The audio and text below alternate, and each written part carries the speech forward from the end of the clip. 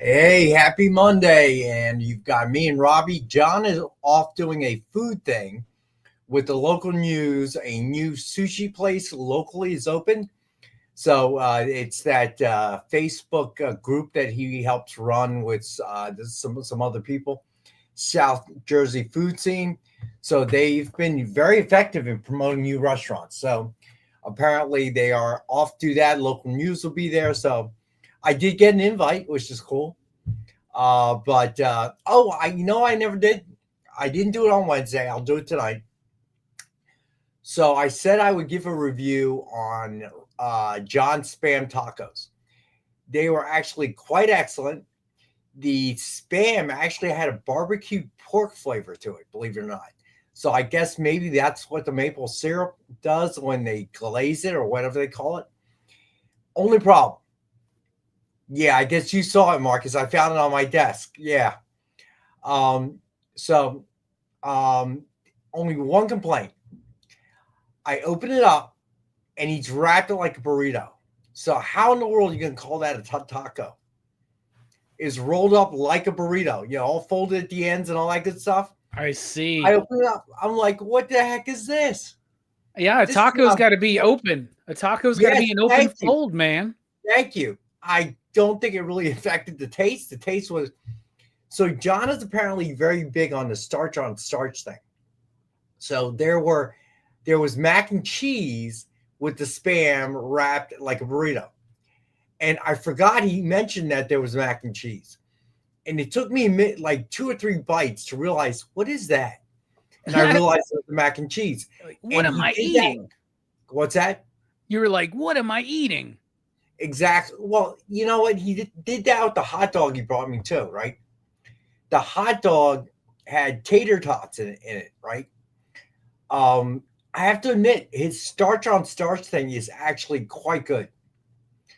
I gotta admit, I didn't think that would be a thing. It doesn't make logical sense, but I have to admit it was quite good. Yeah, so I have no real complaints. Taste was excellent. The spam, the way he did it, made it taste like barbecue pork, but it was not a taco. It was a burrito. So that's my only complaint. I have to mention that.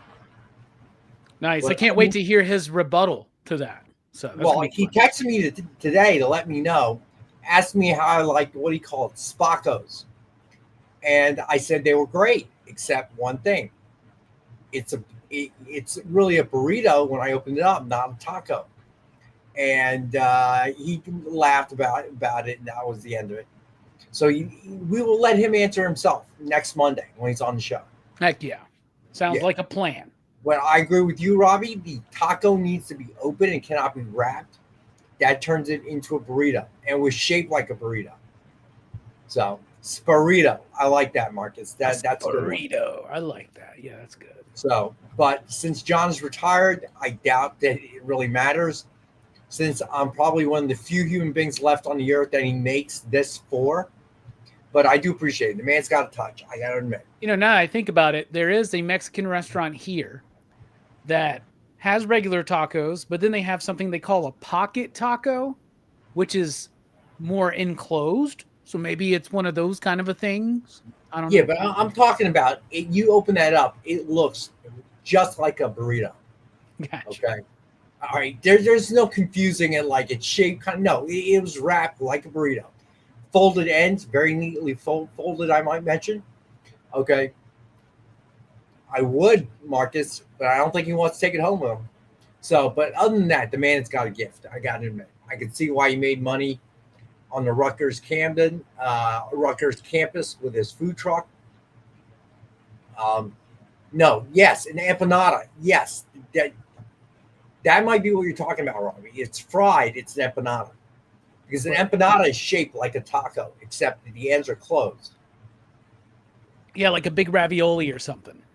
Right? Yeah, but it's fried. It's like deep fried. So it comes out kind of crispy, kind of crunchy on the inside. I know what an empanada is. This place has pocket tacos. They're not fried, but I got to see what. Yeah, I got to see what that is. I don't know what that is. Wow, man! Everyone is so insulted by my calling it a burrito. I'm just calling it what I see. Do I appreciate it? I sure do. Um, Chimichanga. That's right. Now you're right about that, CJ. I forgot about that. But yeah, it was definitely good. I didn't think spam could taste that good, and I like spam. But Yeah. some with that spam, I don't know if it's a maple syrup or what he did. But Well, he candied it, is what he said. It's candied spam. So that's right. yeah. That's right. Yeah, but I didn't think it would turn out or taste like basically barbecue pork. So now he said that the spam was supposed to be bringing the crunch to the taco or the burrito. Did it? Um, Not crunch like a potato chip, but maybe crunch. I don't know how to describe it. Okay. I mean, yes, it made it stiffer, the outside of the spam. So you did get that kind of crunchy type of feeling, but not crunchy like a potato chip or a corn chip. So, yeah, but it did add some stiffness to it, I guess. Okay. That's the best way to describe it. All right, so let's do shout outs. All right, so first in the house, Marcus, Mike Asbill. Not sure if you're still with us, but thanks for not with a soft shell. That's true. All right, let's see. Easy Go Lucky, CJ Design, of course. Triple B, what's going on? Becky Bate. Did I miss anyone? I don't think so. You never know. And Weird, what's going on, buddy?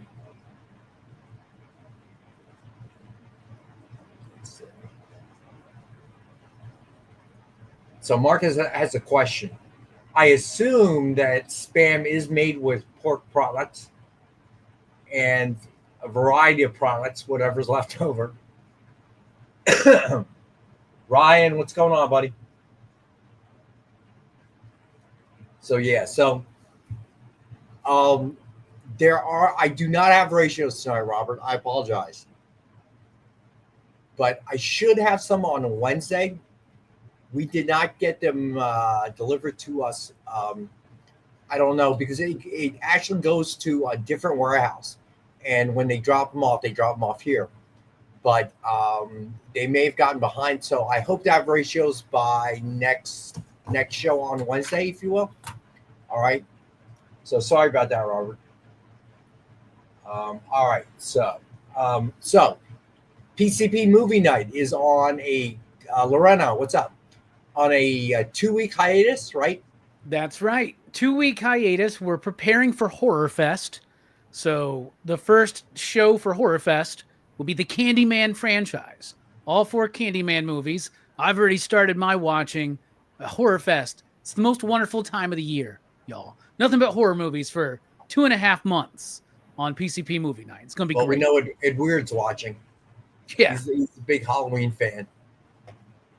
So we have, all right. So before we start the show, as we approach football season, got to have this conversation with you, Robbie. What is going on in Dallas land? Why are they messing with Micah Parsons? Explain that to me. It's because it's the Cowboys and this is what we do, man. And I don't know. I haven't looked too deep into it, but what I heard or what I've seen is that they thought they could get a deal made with Micah outside of his agency, which Jerry keeps trying this kind of BS, right? And all it does is just upset people. And then Micah now demanding a trade publicly. It's even if we wind up signing him or getting an extension or whatever, it doesn't matter. Like the bad blood's already there. I think the season's already done. I'm going to be the first Cowboys fan to tell you this is not our year. There you go.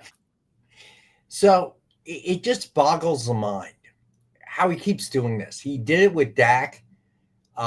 He did it with who was it? Oh shoot. Did he do it with CD? Yeah, he did it with CD. So that's who I was thinking of. So it makes no sense to me why he waits and waits and waits rather than signing these guys early, ends up paying the same amount of money, if not more. And then there are always going to be bad feelings. What I don't understand was the shot that he and his son, Steve, took at Micah. Okay, about him getting injured. What was the purpose in that?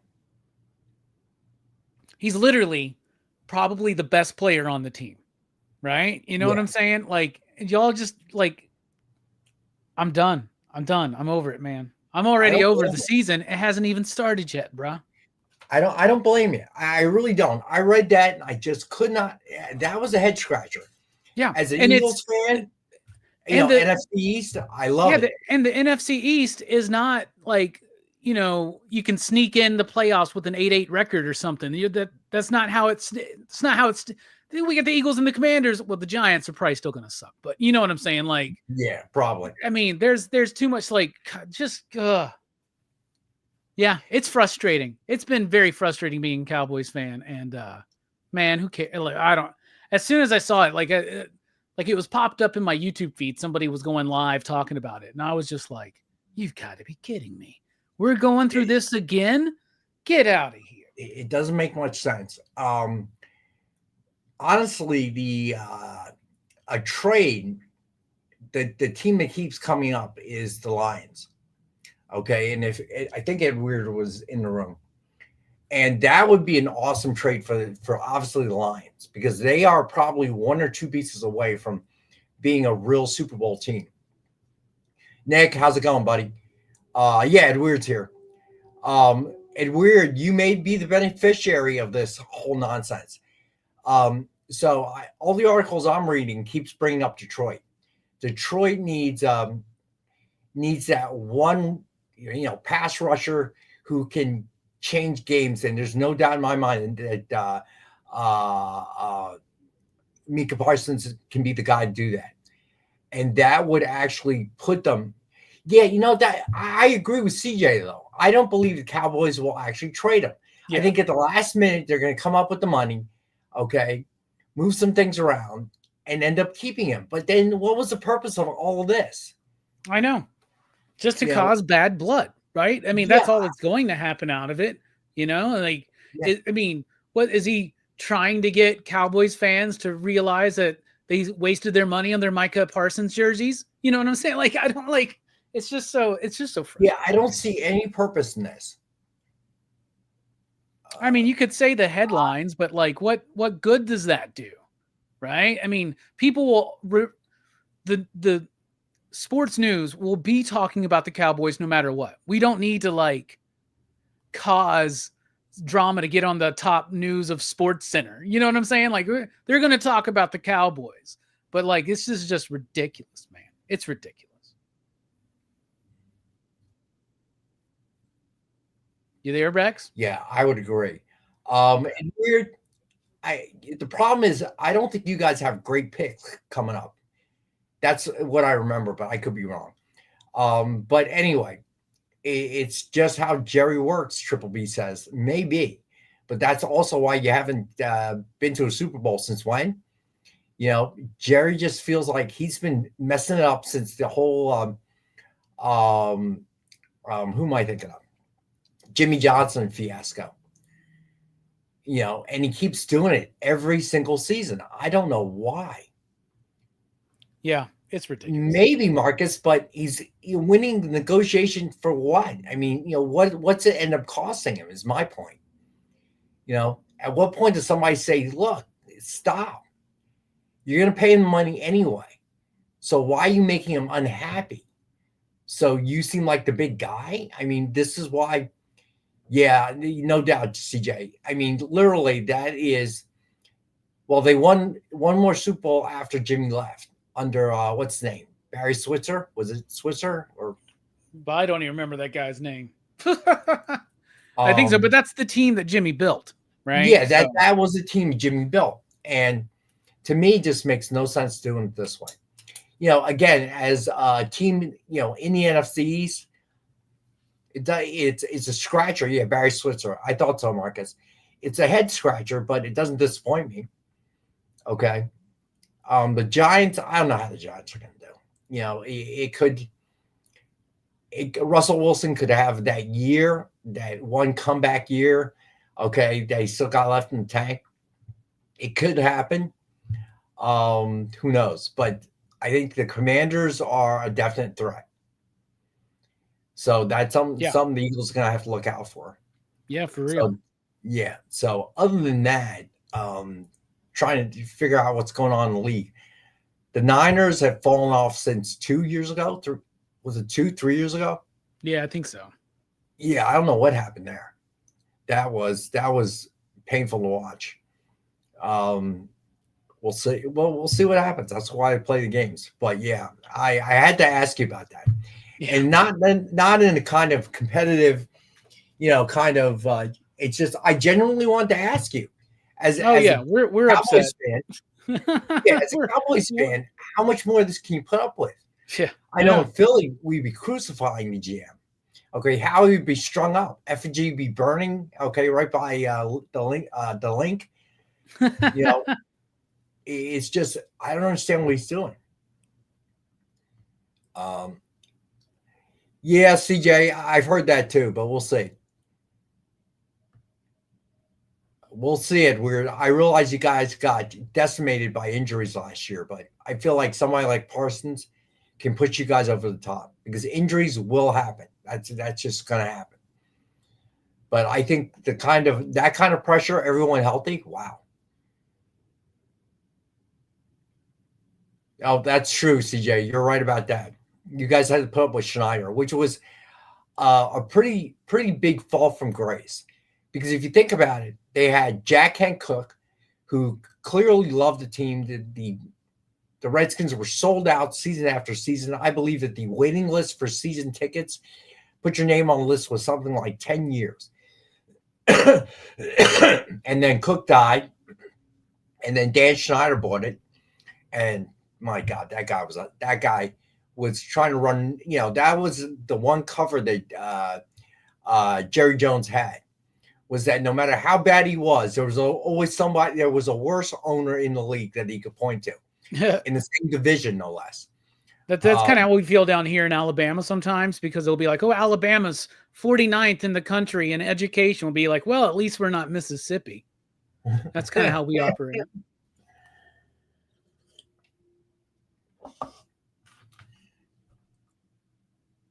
Yeah, I understand what you're saying, Edward. It's a matter of win now, or are you, because you guys are built to win now. And if you don't start getting close to that brass ring, the Lions fans are going to start turning kind of nasty. I'm thinking, that's the way football fans are. If they're expecting that win, easy go lucky. I saw that too. Oh, really? Oh man, that sucks. Yeah, it's tough, man. What are you gonna do? It's a rough game. People get hurt all the time. It's a long season too, and you keep adding games. What are you gonna do? It's about to be as long as a baseball season soon. Yeah, no kidding, right? At least a basketball season. Yeah, I stopped watching the NBA. Actually, I find WNBA more interesting now. Controversy, all things. Sophie, what's her name? Sophie Cunningham, I think, the enforcer. I don't know. I don't follow WNBA. Yeah, it's been fun. They're playing rough, man. Okay, so weird. That's true. You guys have suffered so long. If you're a Lions fan from the start, odds are you're gonna stay faithful. But I really feel like I like Detroit. I really do. I feel like you guys are right there. You're right around the corner there. So yeah, I enjoy college more than the NBA these days. CJ, I agree. All right, so the giveaway all right, here we go. The giveaway of the night is Invincible Red Sonja number 6, signed by Ken Hazer. There you go. All Very right, cool. One of the classic TMNT number 1 homages he likes to do. Yes, sir. All right, and the hashtag, as always, EXP Monday, all lowercase. And we'll do that drawing in the end. All right, so I had to ask you that question. Your Yanks are not looking so good either. No, they're not. Not at all. We're third in the division behind Boston and Toronto, man. What? Yep. What? It's so frustrating. But what are you gonna do? You're at least the Yankees don't kick me below where the sun don't shine as much as the Cowboys do, at least, So there you go. Tom Bishop, what's up? Bar Lord. Yeah. Yeah, I hear that. I mean, I just don't understand what they're doing. I still got a good reason to watch football this year, though, no matter how the Cowboys do, because I'm really interested in seeing this Aaron Rodgers situation unfold. I just think it's going to be entertaining. So it'll be cool. So, Tracy, I apologize. They got away from me again. You will get the return label tomorrow morning, I promise. Sorry about that. It's just been so busy. Marcus, well, no. Not unless the company buys me a ticket. If I'm not going to go see a movie I want to see, I'll wait until it hits streaming. So, there you go. Unless I'm required to watch it. So, if that answers your question, Marcus. All right. So at this point, might as well talk for another minute. Might as well. Yeah, I know, Preston. I apologize, dude. Yeah. So, and to update anyone about who's waiting for a Jessica Court one. So there was some miscommunication with Jessica in the sense that apparently all my emails were going to her spam. So that kind of sucks. So she does have the books, but she did not know what my instructions were. So we cleared that up today. So she's pretty fast. So that should be moving along. So I apologize for the delay. There was no way to know that she wasn't getting my emails until they reached out and through the XP, and they didn't reach out to Mariano, but Preston, and actually Triple B was nice enough to help out as well. So she told me that all my email spam was candy. The candied spam folder. So Triple B was helping put us in contact. And apparently I found out today she was not getting my emails because I wondered. I was getting ready to send her another email when the questions came about, and I'm glad they did. Spam ruins Rex's tacos and CCAs. So I apologize for that, guys. Marvel fan, what's up, man?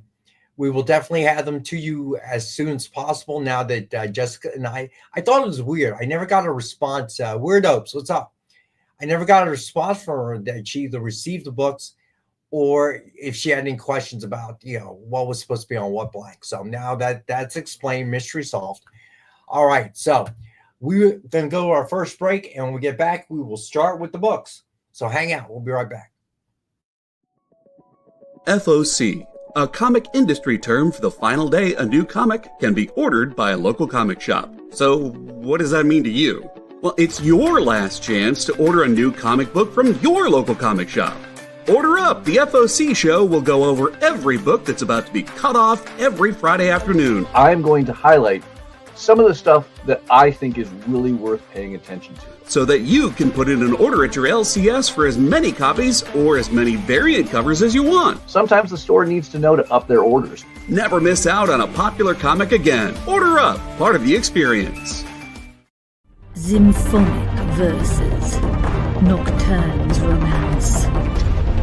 A song of romanticized darkness, dreaming death by sleep.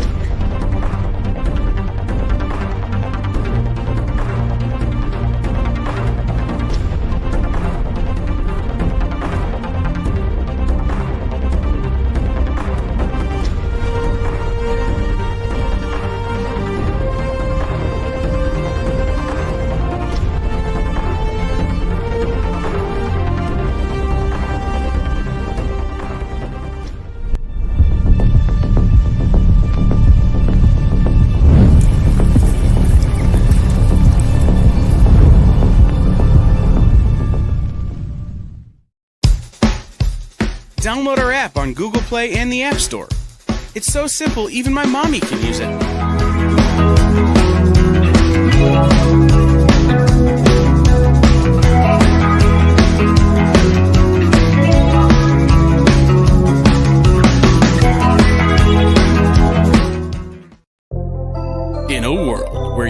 like and subscribe on our YouTube channel. That'd be really great. Thanks.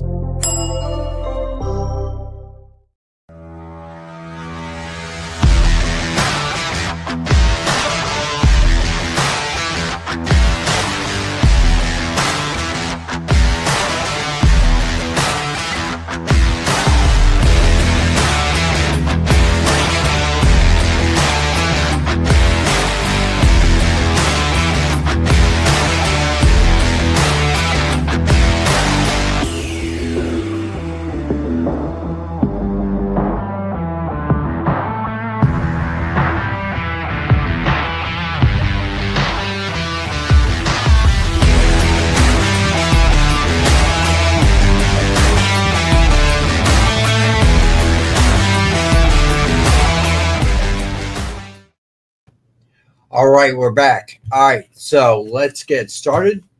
So as always, we have a Dynamite 10-pack reader set.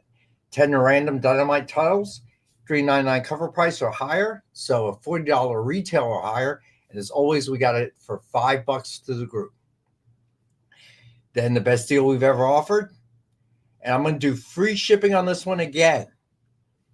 The DF Mystery Box. 2 CGC 9.8s. 1 virgin, 1 signed, 1 exclusive, and 10 back issues. Now, if you guys want me to spruce this up somewhat and change it, let me know. Maybe I can do that. But you guys got to give me your opinion. Otherwise, I'm going to make it, best deal ever. I agree with you, Ryan. All right, so $200 retail minimum guaranteed. As always, we have it for $85. And tonight, I'm going to throw in free shipping. All right, the sketch covers. First up, we got FF #1 with Things, Carousel cover sketch, or cover rather.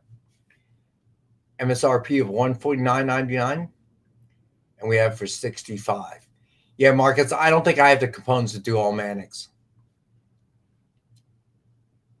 All right, and then we have Harley Quinn's Villain of the Year #1 with Joker cover sketch by Carl C.K. Kent. MSRP of $149.99, and we've got this one for $65. Then we have Fantastic Four #5 with Human Torch cover sketch by Joe Del Beato and Mariano Nicieza.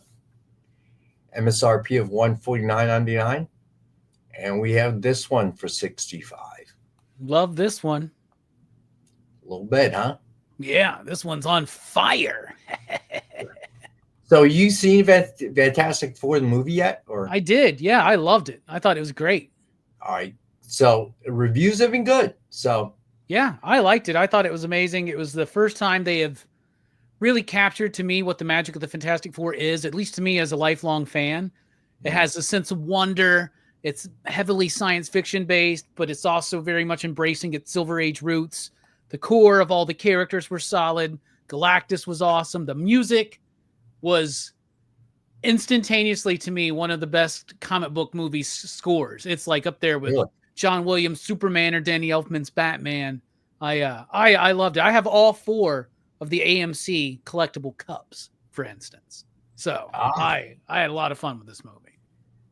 Very cool. That's good to hear. All right, next up, we got Deadpool versus Old Man Logan, #1 with Wolverine cover sketch by John Pleak. MSRP of $149.99, and we have this one for $65. Yo, this one is super dope. Like super, super dope. First of all, the Wolverine looks great. Looks like the iconic Jim Lee animated series Wolverine. Great pose. But then you got the cool like use of the negative space and like the zebra stripes or whatever in the sun. Like it looks as such a sharp piece. I'm really impressed with this. There you go. All right. So then we have Predator versus Black Panther #1 with Black Panther, a cover sketch by Tracy Medina. MSRP of $149.99, and we've got it for $65. So Preston wants to see your FF cups. I'll see if I can remember to grab them during the next break. All right. And then last one, we got Teen Titans Go, #1 with animated Starfire cover sketch by Will Torres. MSRP of $149.99, And we have this one for $65 as well. This is super cute, great adaptation of that style. And I'll tell you something, Teen Titans Go, I thought there wasn't a market for this thing because I thought like the time had passed, right? Like the show's been off for so long or whatever. Man, this book still sells very well for an all ages book in particular at my shop, man. All right. So it's not on the list, Jay, but I'm going to do this anyway. So we haven't done it in a few shows. So the commissions we've been talking about, we're going to do the commissions again. All right. So what that is your choice of blank covers, if we have it, and your choice of artist and character. Okay. But the one change this time is I'm going to add one artist to the group. All right. So the commission is the blank cover of your choice, the character of your choice, and the artist of your choice.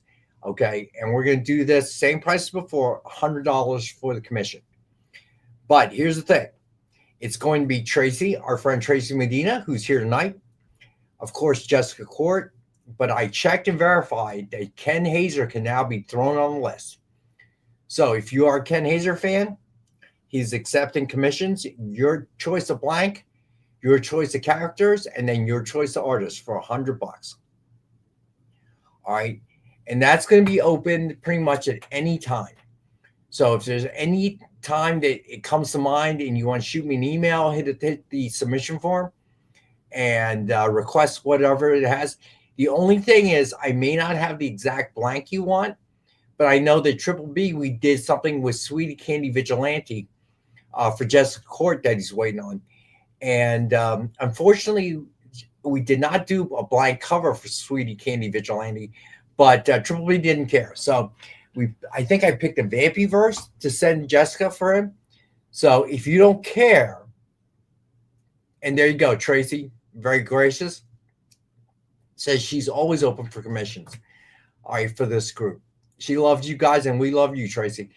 So anyway, so if you don't mind, the blank may not match the character that you've chosen.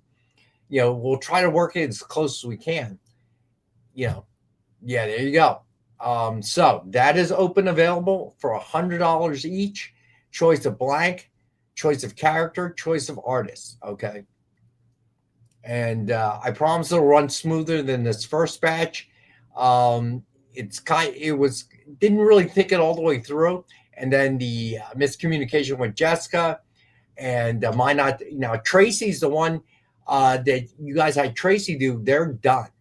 The only problem is she needs to get a return late shipping label for me, which I promised to send her Friday and got occupied, forgot. Promised I'd send it to her today, and same thing happened. So tomorrow morning, I promise, Tracy, you're gonna get the return label there. All right. So there you go. All right. So I got to make sure to email Ron, make sure the offers to him as well. I don't think he was on any of the shows where we did this. All right. So next up, we got back issues. All right. First up, we got Stray Dogs number 5. I got this one for $5. Stray Dogs is amazing. Such a cool series. And of course, now the follow-up of sorts, Feral, which is like a zombie movie with cats. And this is like a psychological thriller, Silence of the Lambs type thing with dogs. They're so cute and at the same time, not for kids. All right. Then we have the Kill Lock number 1. Now, this has been optioned by Amazon for a TV show, apparently. I don't know if anyone has heard about that or has news about that. All I know is that it was optioned. But the book itself is really good. I don't remember the name of the creator, but it's somebody who did a lot of work on Transformers. And this was his first one, writing and drawing. And it's a really cool story about these 4 robots that are like convicts. And so part of their punishment is to be locked together. So if one of them dies, they all die. So they all now have to their prison place breaks, or like their prison ship like crash lands on a planet or something. They're trying to survive. It's a really good book. Yeah, Livio Raimondelli. Really, really cool book. I liked it a lot. All right. This one is a 9.4, and I have it for $10.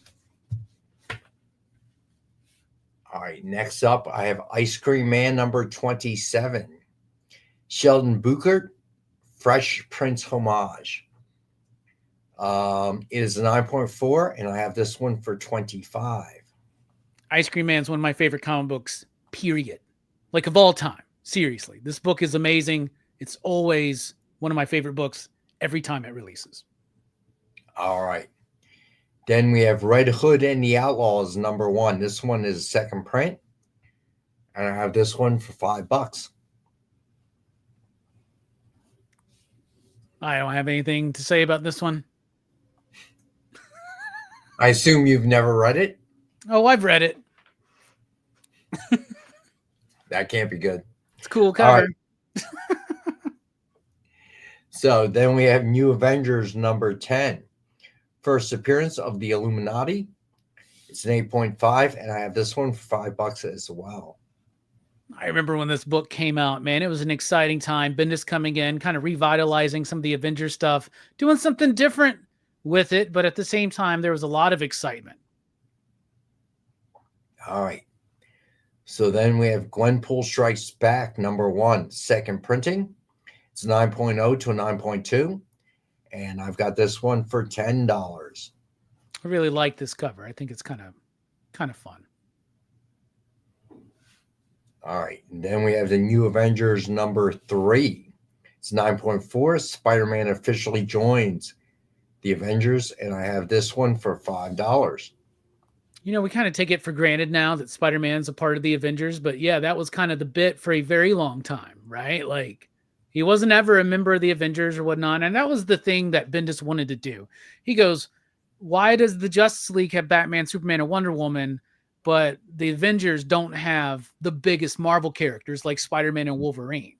And so that's what he did, kind of hot-shotting a little bit, and it kind of panned out and worked. And a lot of the stories that have been built up from this run wound up in the MCU. Like just recently we saw Sentry show up, right? You know, which was created before this, but you know, Bendis brought him back in. Civil War during this time, Secret Invasion, which, you know, the execution of that one on the screen didn't really work so well, but yeah, no. a lot of stuff that helped build the MCU was from this era. All right. So last one, Spawn Batman, the Image version. It's 7.0, and I've got this one for $5 as well. Frank Miller and the Todd Father, Batman Spawn. What more do you want? Let's go. All right, let's do a Rex Cap real quick since we have the time. All right, here we go. So again, the giveaway of the night, guys, is Invincible Red Sonja number 6, signed by Ken Hazer. Yeah, I was, Preston. All right, the hashtag is EXP Monday, all lowercase. All right, next up, we have the Dynamite 10-pack Reader's Set. 10 random Dynamite titles, $3.99 cover price or higher, $40 retail or higher, and we have this one for $5. Then we have the DF Mystery Box, 2 CGC 9.8s, 1 Virgin, 1 Sign, 1 Exclusive, and 10 back issues. $200 retail value guaranteed. We have for $85, and I'll throw in shipping. All right, and then we've got FF number 1 with Things Carousel cover. It's just a retail of $149.99, and we have for $65. Hey, Fraud, what's going on, bud? Then we have Harley Quinn's Villain of the Year number 1 with Joker cover sketch by Carl C.K. Ken. MSRP at $149.99, and we have for $65. Marcus, I could try to put together an all cosplay one. The problem is I don't know if I have any graded cosplay, but I could try. That we might have enough of. Unlike Mannix, which I know for a fact we just don't have enough covers to be able to support that, in my opinion. But cosplay we might be able to do. So if anyone wants a cosplay mystery box, let me know. I'll try to put one together. All right. Next up, we have Fantastic Four number 5 with Human Torch cover sketch from Joe Del Beato and Mariano Nicieza. Suggested retail of $149.99. And we have this one for $65.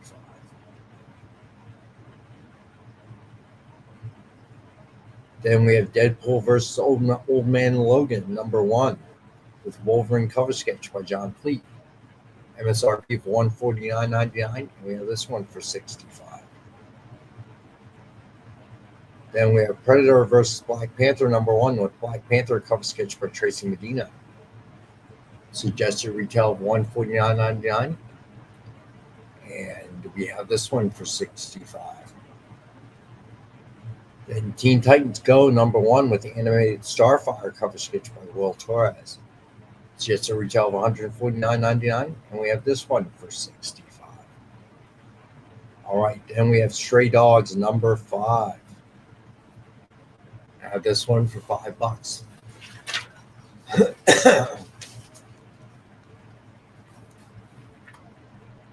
Well, Marcus, if you want one, I'll try to put one together. You don't have to do anything until I see if I can do it. Yeah, right? So let me know, Marcus, if you are truly interested in a Mannix mystery box, I can try to put one together. The only stumbling block I think I'm going to have is whether or not I have a graded one. But I'm willing to look if you're really interested, buddy. Okay, then the Kill Lock #1. It's 9.4. And I have this one for 10.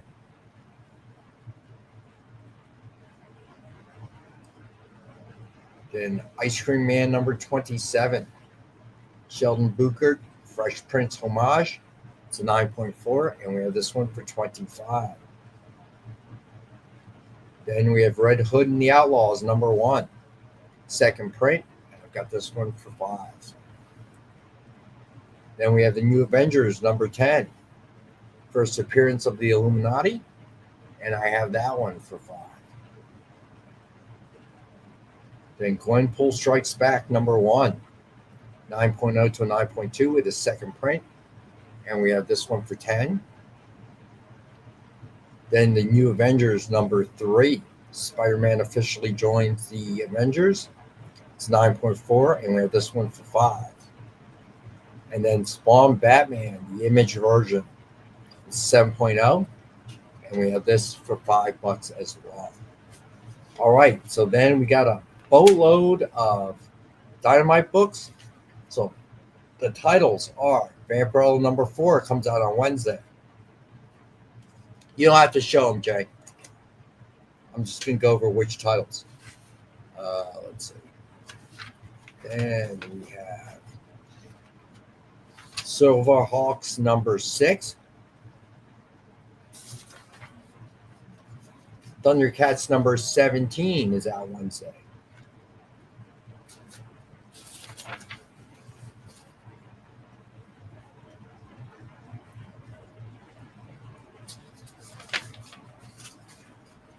Red Sonja versus Army of Darkness #4.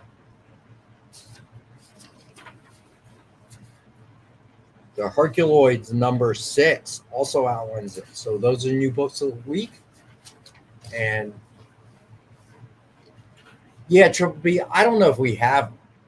So that would be the only stumbling block for the mystery box. But as I said, I would look. I will take a look. But off the top of my head, I don't know if we have one for cosplay or Mannix, but I'm willing to check. All right, so we got to go to our second break. So hang out, and we'll get to Dynamite books as soon as we get back. Stay tuned. Whoa. Whoa. Did you miss it? Yeah, they can go by pretty fast. Let's slow down the footage. Welcome. It's time to skim some comics. Miles Morales Spider-Man, I will just tell you that Miles is very important in his role as a vampire. So it's fine. If you like Hercules, read it. If you don't like it, don't worry about it. It's fine. The art is still stunning. There's a panel, little spoiler, there's a panel in this where Chitauri first hits Lion-O, and he is the best "did she really just hit me" face I've ever seen put in a comic book. Wow, live reviews of new comic books so you can be ready for New Comic Book Day. What is this? Oh, I see. It's Minute to Skim It. Part of the experience.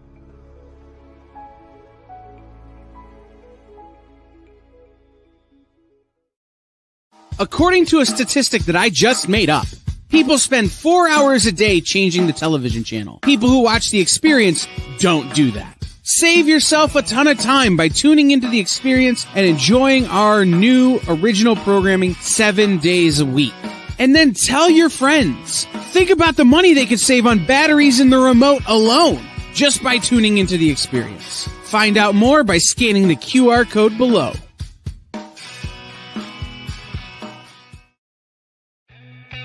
Programming on the EXP is made possible by viewers like you, or your local comic shop, or that Kickstarter you backed, or the publisher you like, or comic industry professionals who want to share a message with the world. Really, anyone who wants to advertise with us can. If you're interested in seeing a product you know and love, or are creating, or are publishing, or are involved with, advertised here on The Experience, and having your message shared with our viewers, please reach out by scanning the QR code below or visiting our website and using the contact form.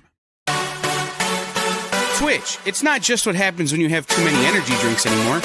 Check out our content over there too.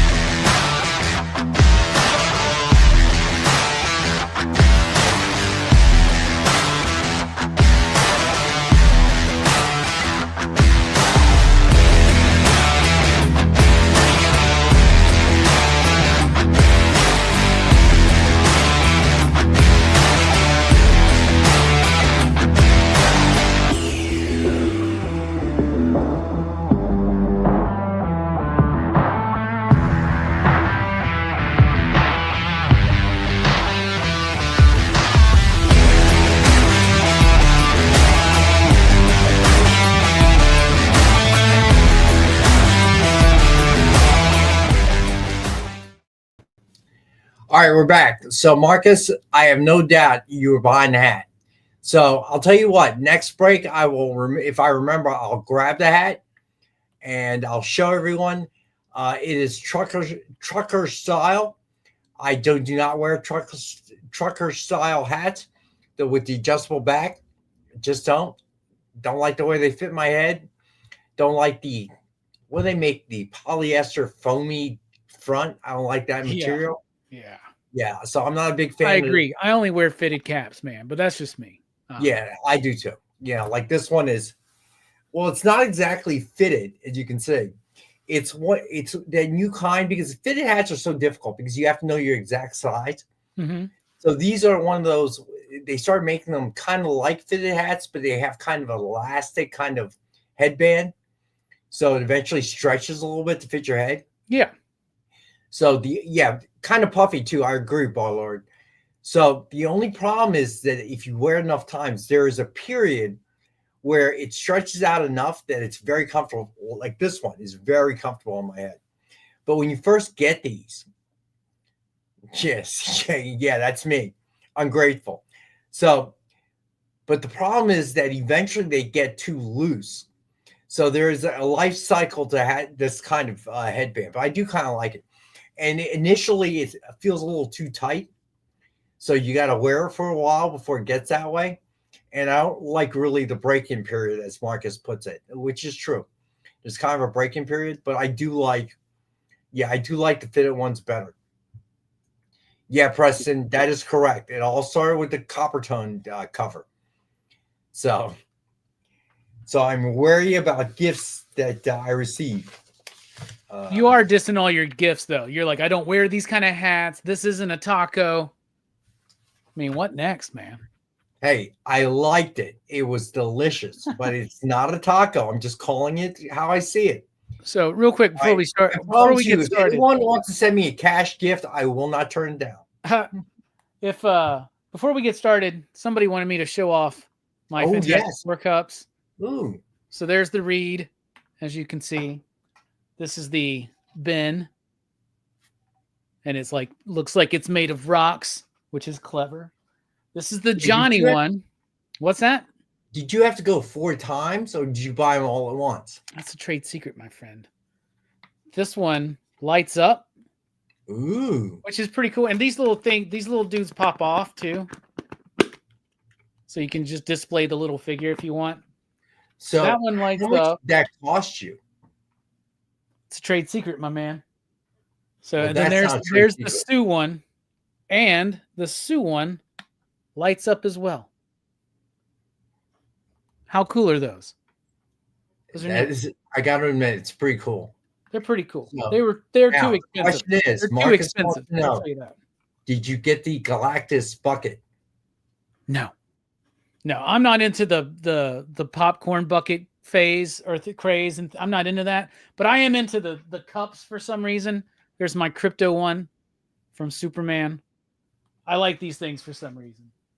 And I'm like, if I'm already spending like $10 on a drink, why not spend like $8 more and get a cool cup out of it, right? $18. Wow. Yeah, think about it. It's crazy. That Superman the one was like almost soda's 25. That I Superman hope the one was soda almost, is included. dude. 20. And well, yeah, it is. The soda is included.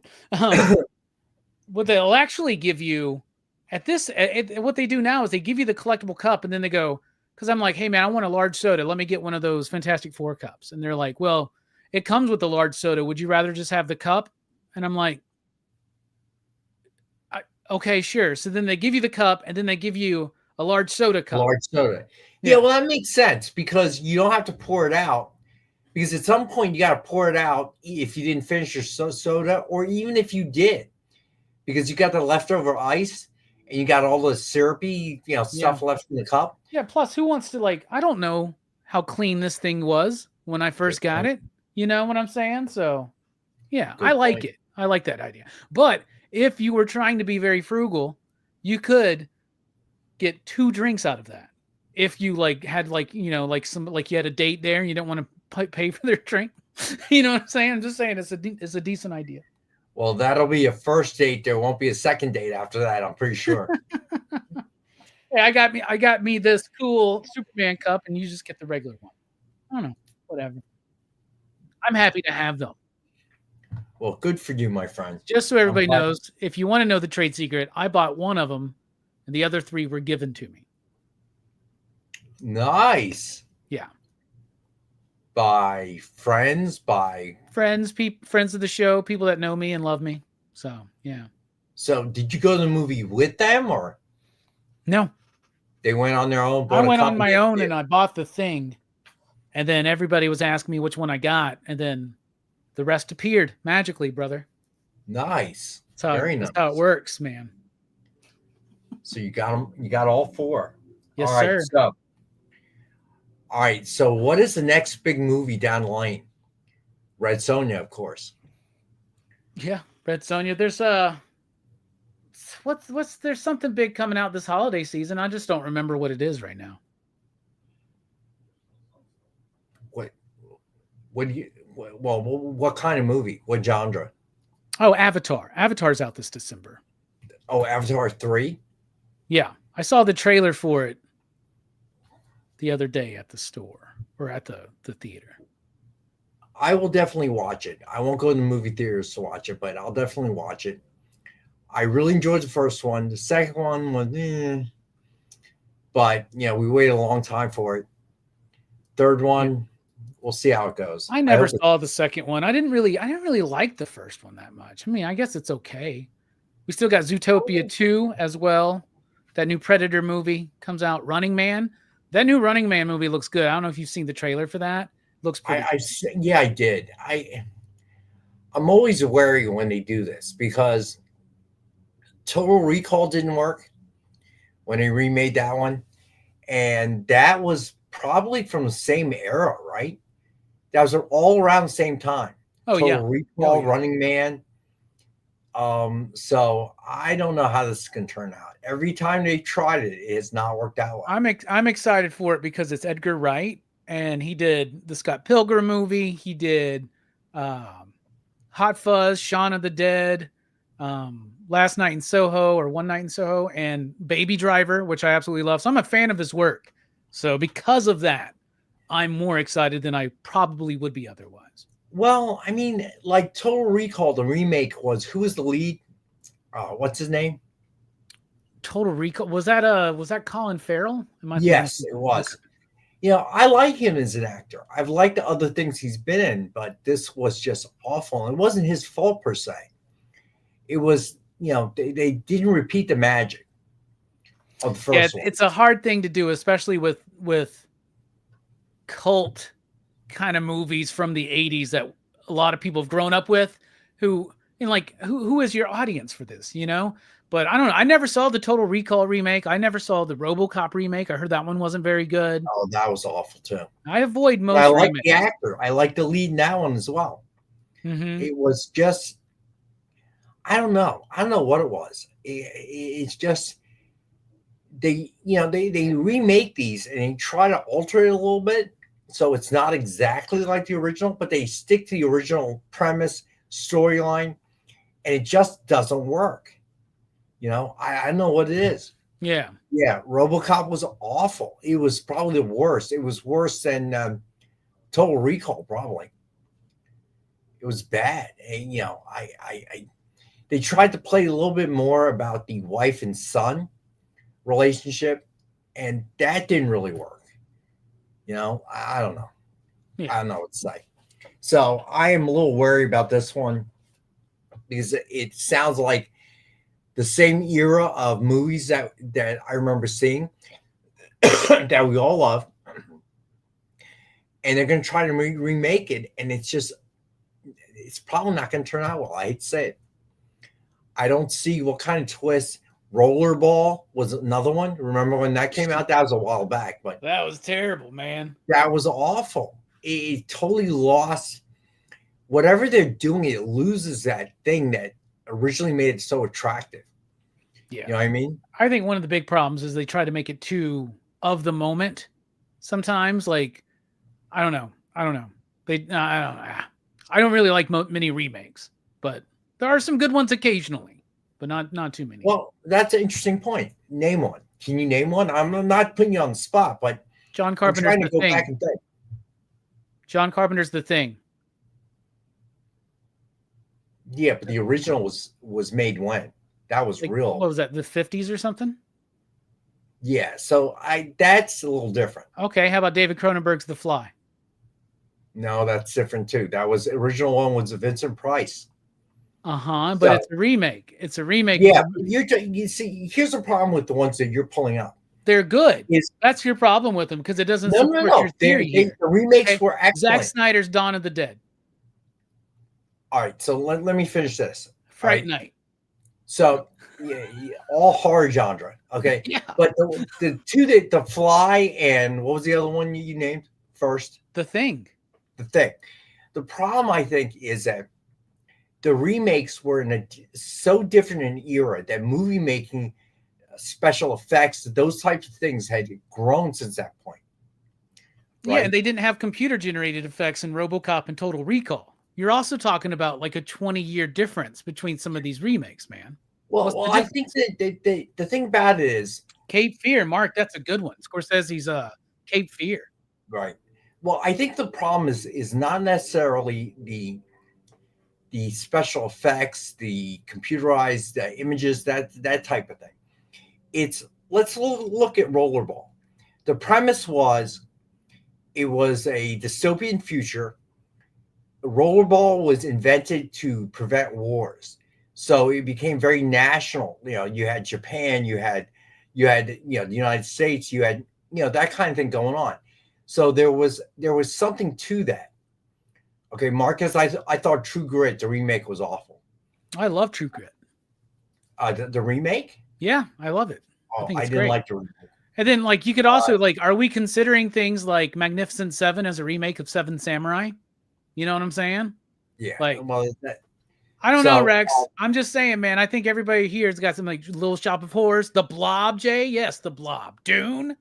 If you want to get to come on. I think there's some good remakes out there. Casino Royale. Was there a Casino Royale movie? There was. Before the new one. Yeah, there was. Yeah, it had like 4 different directors. John Huston. It had it was like a comedy, like a spoof. But it was called Casino Royale. It was based on the novel. Okay, that's kind of like what they did with Starsky and Hutch. Okay, you cannot change that dramatically. Insomnia, The Mummy. These are some good ones. 310 Which to version Yuma. of The Mummy? I can point to a bad one, the one with Tom Cruise. Yeah, but I'm saying the Brendan Fraser one, which is technically a remake of the Boris Karloff one. Yes, but but again, far good enough movie. removed, and it kind of changed. So the what premise. we got? What's your criteria here? It's got to be a remake done within like 15 years or something. Well, I think that the remakes that we're talking about, 310 to Yuma wasn't bad. The remake.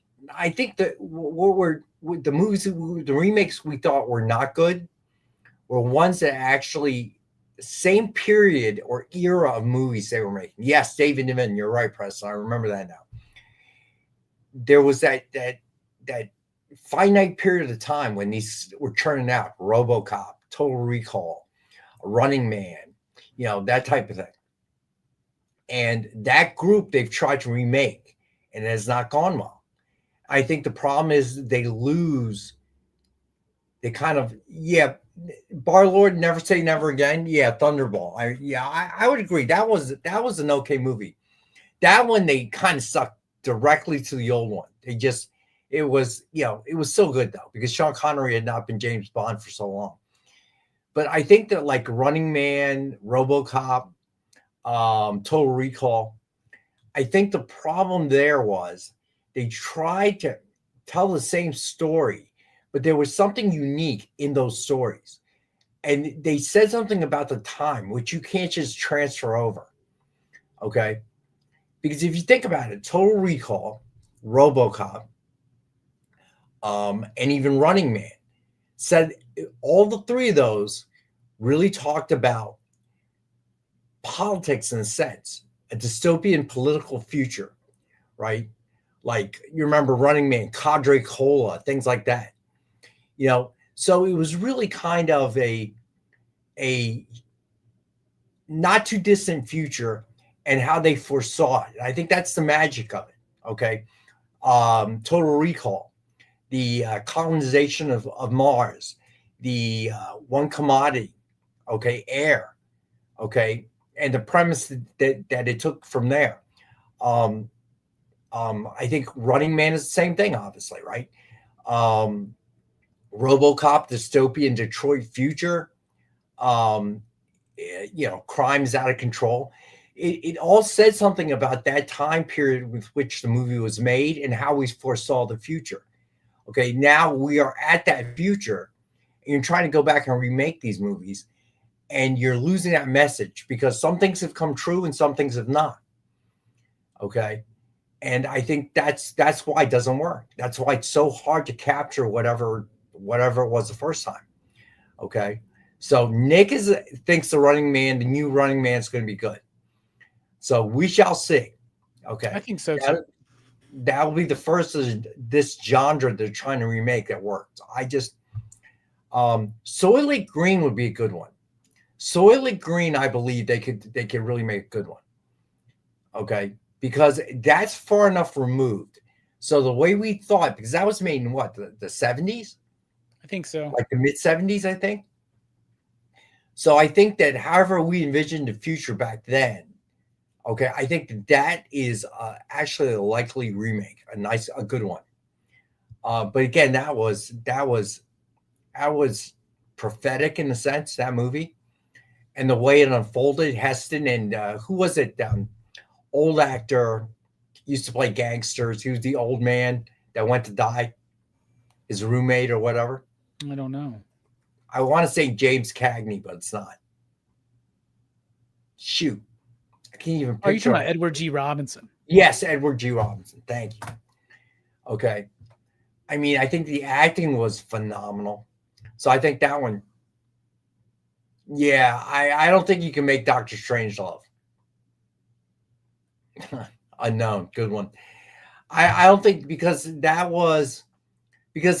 it would be a movie about history as opposed to, it's because obviously the Soviets don't exist. That was a movie surrounding the Cold War. So I don't think you can really make that one. That just won't work in today's day and age. Back then it worked, obviously. But so anyway, that's my 2 cents. Good Good question, Jay. I don't. Well, in a different form, maybe. I don't know what the appropriate time is. Some work, some don't. I really don't know. Robbie, do you have an opinion on that one? Probably 20, 25 years, I think. I think it's just.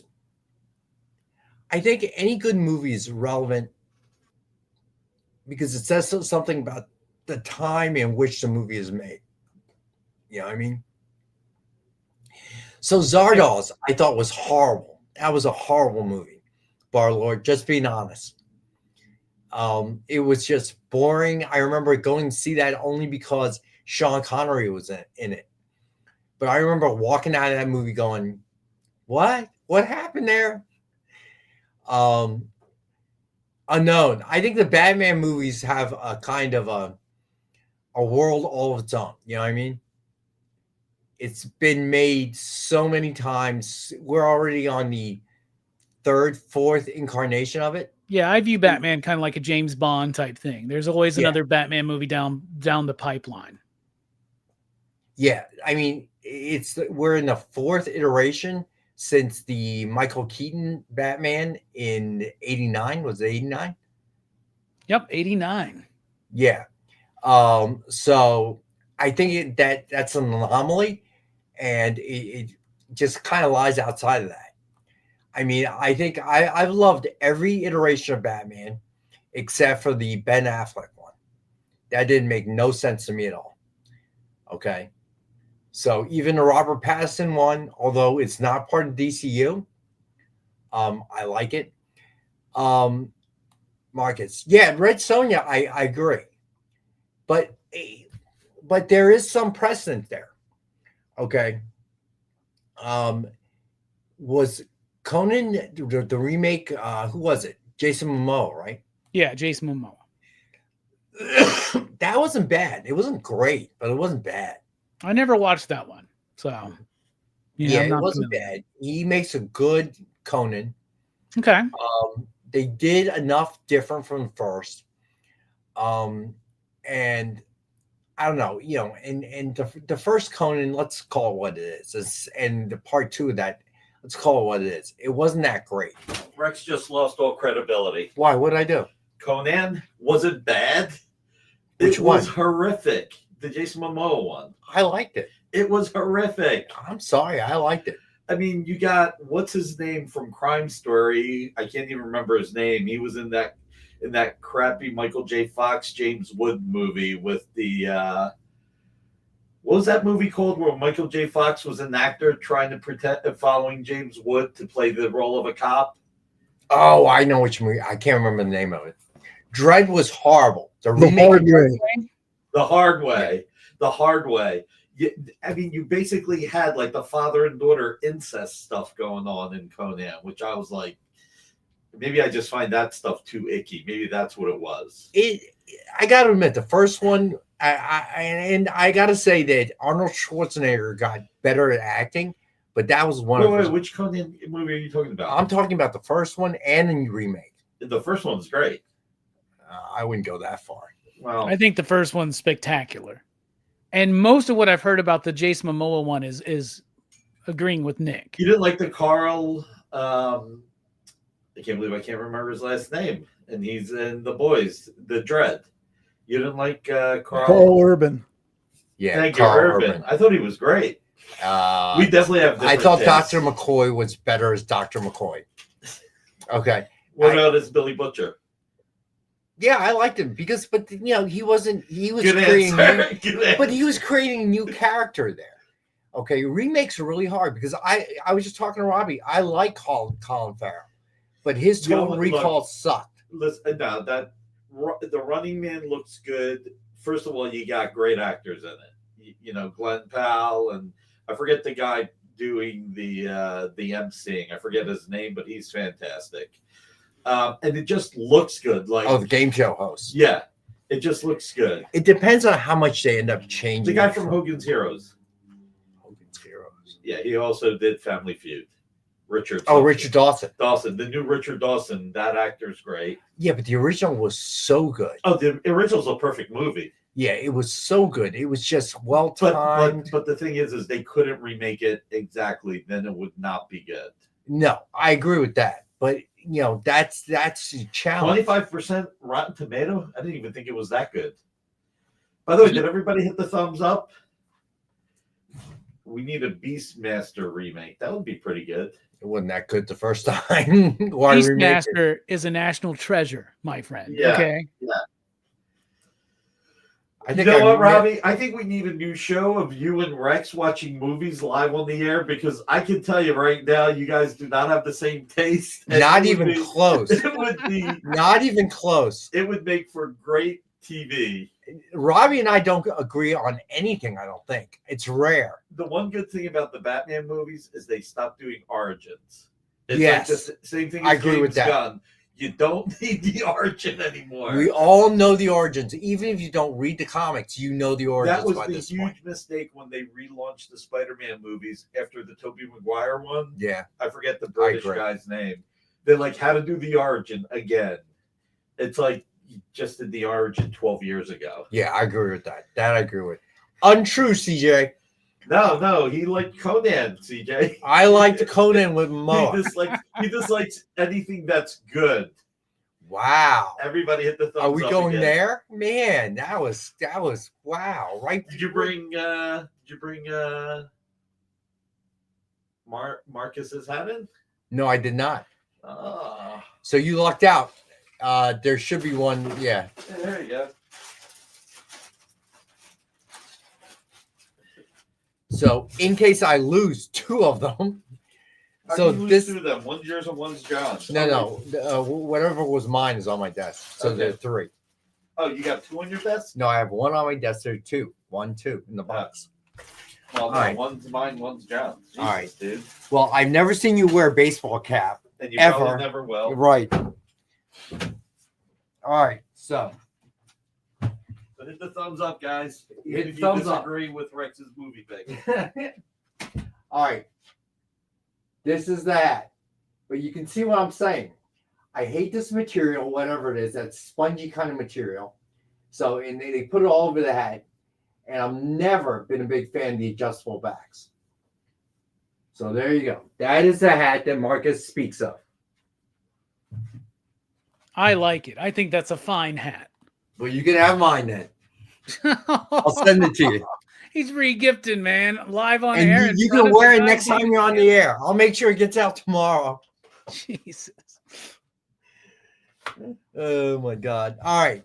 So, all right. On to let's see. It's foam. Yeah, you're right, Unknown. It is a kind of foamy type of substance, a material. I'm just not a big fan. It doesn't fit on my head. The foam does not really shape to your head at all. The brim doesn't. So I'm just not a big fan. I don't know. The trucker style baseball caps. Obviously, I'm a fan of baseball caps. But, yeah, I don't know what it is about the trucker style. Not a huge fan. All right, so time to head. What's been claimed so far? Today, nothing. So okay. far.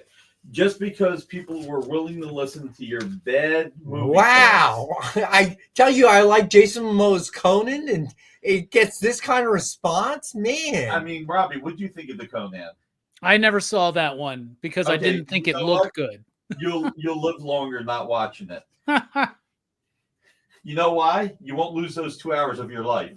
That's right. Time is the most valuable resource we have. Nothing is sold. I'm gonna make some really radical moves here. All right. Uh-oh. Here we go. Invincible Red Sonja signed by Ken Hazer. That's a giveaway. All right. So that's the best price. That's the you best can't price. go any cheaper than that, my friend. You can't. All right. Wolverine, the Jim Lee inspired. What do we got that at? Which Wolverine are you talking about? Deadpool versus Old Man Logan. Deadpool. We've got it at 65. 65. All right. 39 for the year that Marvel Comics first started. Ooh, this Fantastic Four number 5. How much we got the Fantastic Four by Joe Del Beato? That is also 65. All right, 39 for the year the Human Torch first appeared in Marvel Mystery Comics number 1. All right, Marcus, I will see if I What's can. the Spawn Batman at? That one is a consignment item. Is at $5. Okay, that's basically cover price. Yeah, All pretty right. much. Let's see. Predator versus Black Panther. That is also at $65. All right, since this is Tracy Medina, we'll put it at 52, the issue of FF that Black Panther first appeared in. Now, you guys come on, somebody, no, unknown, the Spawn Batman's like 30 years old. Guys, claim something, come on. I'm giving you guys such great deals. How much is the Villain of the Year with the Joker sketch? $65. Ooh, this is beautiful. $41 for the year the Joker first appeared in Batman #1. How do you know all these years? My God. All right, that's it. All right, if Nick is coming in here slashing prices, you know. All right, Not slashing Mr. prices, Town. is giving people some value for your terrible movie picks. Oh, wow. Again with the movie pick. All right, so Mr. Towers claims a Wolverine Deadpool. Gotcha.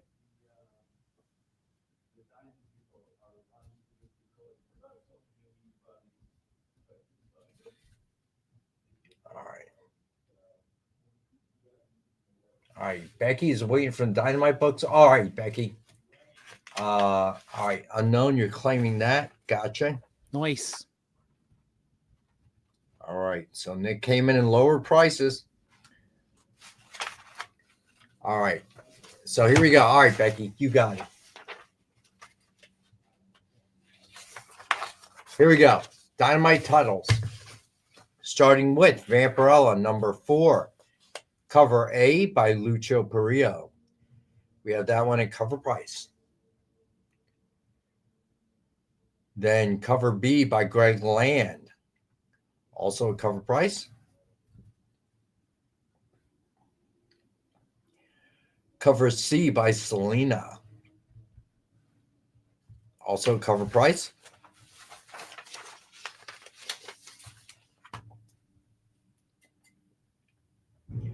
Cover D by Elias Chazoudis.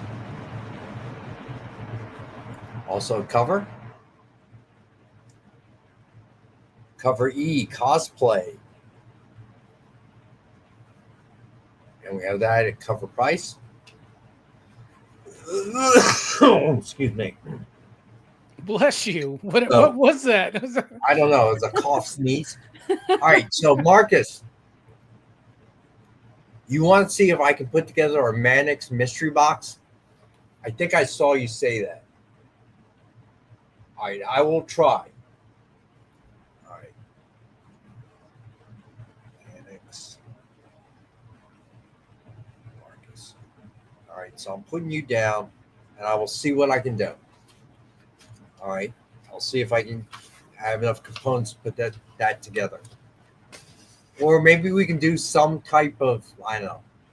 Let me see what I got. I'll email you, buddy. All right. Cover G, Lucio Perillo Virgin. And we have that for $50. Cover H, the 110 J Anacleto. And we have that for $10.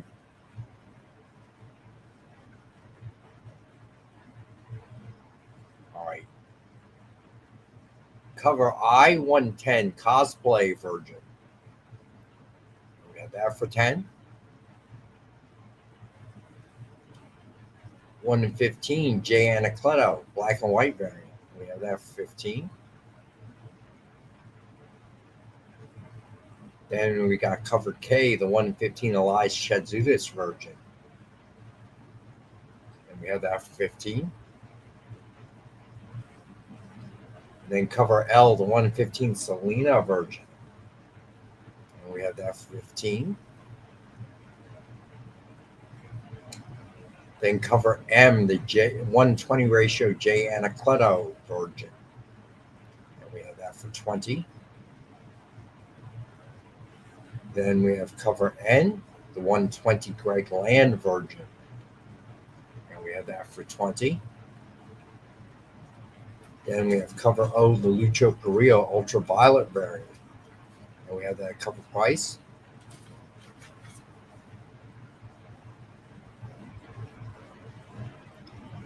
Then we have cover P, the 1/7 Elias Chazuda. It's black and white variant. And we have that for $7. Then we have cover Q, the 110 Lucho Carrillo ultraviolet version. And we have that for $10.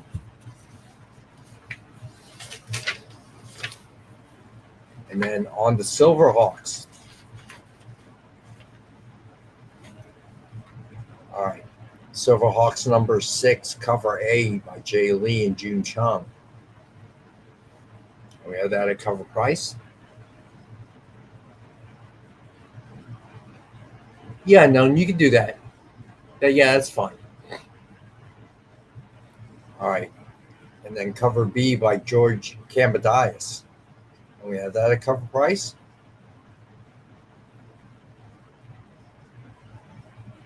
And then cover C by Geraldo Borges. And we have that at cover. Then we have cover D, the Drew Moss variant. And we have that at cover price. Then we have cover E, Alessandro Rinaldi variant. And we have that at cover price. Doing his best John Cena, man. I like that. All right. Then we have cover F, Marcus's favorite, Mannix Abrera variant. Have that at cover price. Then we have cover G, the 110 David Cousins battle damage variant. And we have that at 10. Then we have cover H, the 110 Jay Lee black and white version. And we have that at 10. Then cover I, the 1-15 David Cousins battle Real damage. fast, Rex, we got a claim. Oh, 6F. Gosh, on let's see. Gotcha. Thanks, Shay.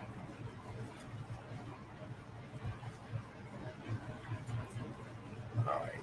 And then we have cover J, the 1-15 Mannix Abrera version.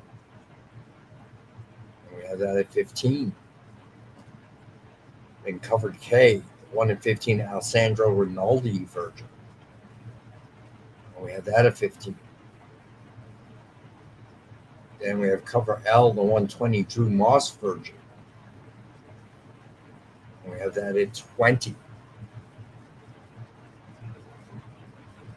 And then we have cover M, the 120 Geraldo Borges version. And we have that at 20.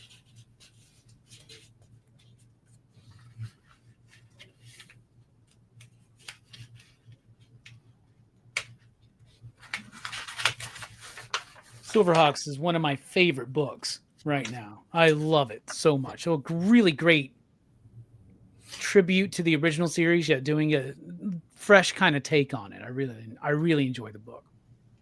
All right, we have cover N, the 125 George Cambadias version. And we have that at 25. Then we have cover O, the Jay Lee version, 125 ratio. And we have that for 25. All right. And then, you know what? Hold on a second. Since Nick was slashing prices, all right, 39. All right. So, all right. So the lowest price Nick came up with, and we'll get to the rest of the Dynamite books. Don't worry, guys. All right. But I want to sell some stuff tonight. So let's look at sketch covers that we had on the last show. All right, and I'm going to make them all. What the heck? I'm going to make them all $39. Since I'm pretty sure I can, since Nick did it already. I want to show what we had on. All right. Do I have a? All right. Let me make sure I can get a sticky pad. So if anybody claims anything. Oh wait, do they have it in here? Heck yeah! Going to be some great deals coming up, y'all. betcha.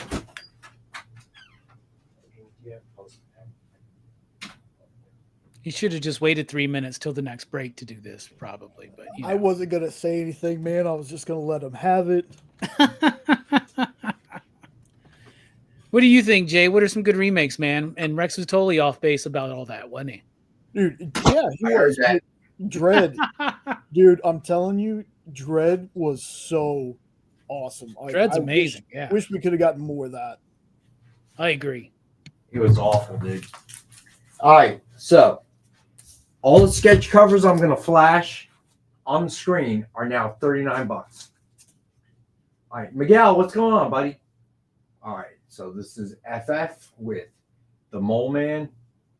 This is Carousel cover. So this is $39. Gordon Purcell, Black Panther #1. Black Panther cover sketch, $39. Deadpool Team Up by John Pleak and Mariano.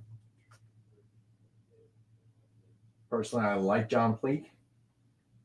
I like his artwork. Also $39. Superman by Kirstine Danica Lim. This one I'll make 20. How's that? The rest will be 39. FF #5, The Thing. Del Beato and Mariano Nicieza. Also 39.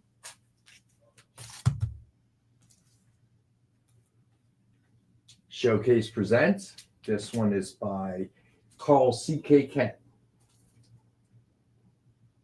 I will also make this 39. Then Justice League Unlimited #1 with Lobo cover sketch by, I can't remember who this is. I can't read their handwriting. It's a dope cover, though. All right. Our friend Tracy Medina got this one. This homage for $39. Then Tracy again with the entire FF team, making this $39. Nobody. Then Black Panther by, who's this by? I want to say this is called C.K. Kent, but I might be wrong. Was the Lobo Christian Blockinger? Yes, it was. Thank you, Jay. Okay, and then the Superman collage on Supergirl #1.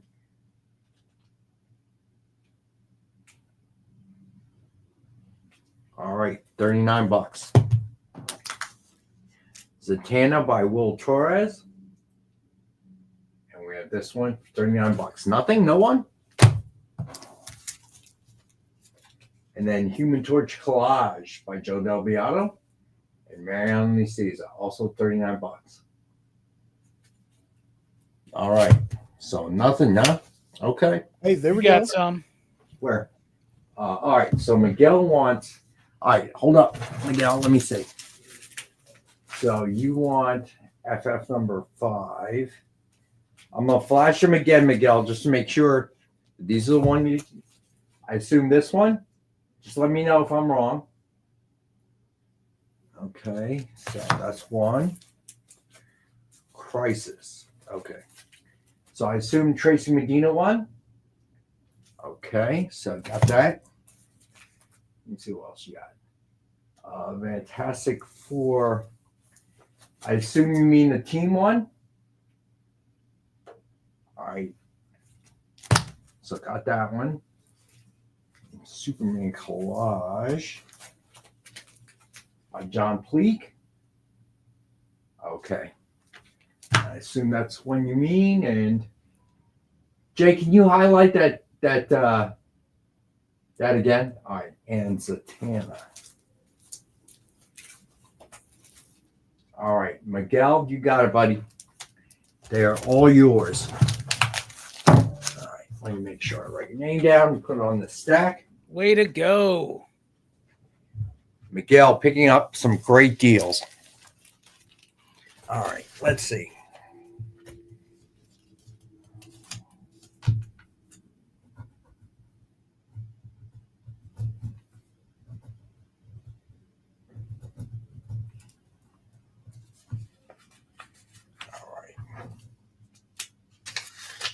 All right, you got it, Miguel. And $39. All right, cool. All right, congrats, Miguel. All right, so, oh shoot, we got to take our last and final break, so we're going to do that. And when we come back, we will finish up the which joke are you talking about, Miguel? The one from the show tonight. Nick made it 41. The Harley's villain of the year, whatever. Yeah. Hold on. That one's actually on my sheet, so I'm going to write that one down. You got it, Miguel.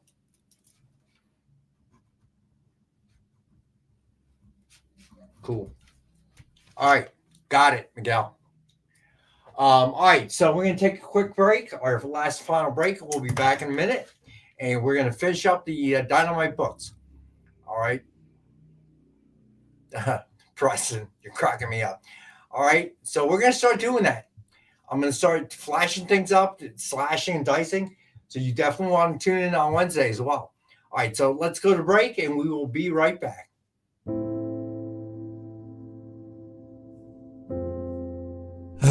Boring old Tuesday. Kick it! Hey, let's get to it. Henri Copen scours collections and comic shops to bring you the biggest deals on beautiful comics. I'm very eager to sell these books. Plus, he smashes those other boring sales shows. Henri's got fire, excitement, personality, key books, Momo books, Sexy! Momo books for ya. a cute dog, weird accents, 69, bro! a wheel of skid bark. We do wheel spins at the end of every show. You'll laugh, you'll cry, you'll score huge bargains. That is Haktua magic right there, all right? Kicking it with Henri, Tuesday nights, part of the experience. Sure, comic books are beautiful, but underneath, there's something more authentic and exciting. The original art. See the pencils, the lines, the shading, as if you were there in the studio watching the artist work. Getting a peek at comics' backstage is easy with the original art experience. All right, Friday night, guys. Thank you for being here.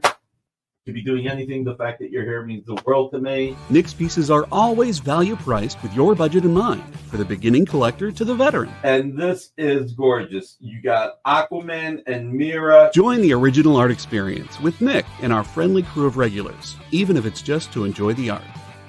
Fridays at 7. It's all part of the experience.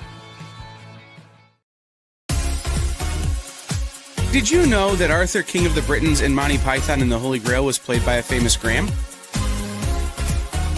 Check out another famous Graham by following our Instagram.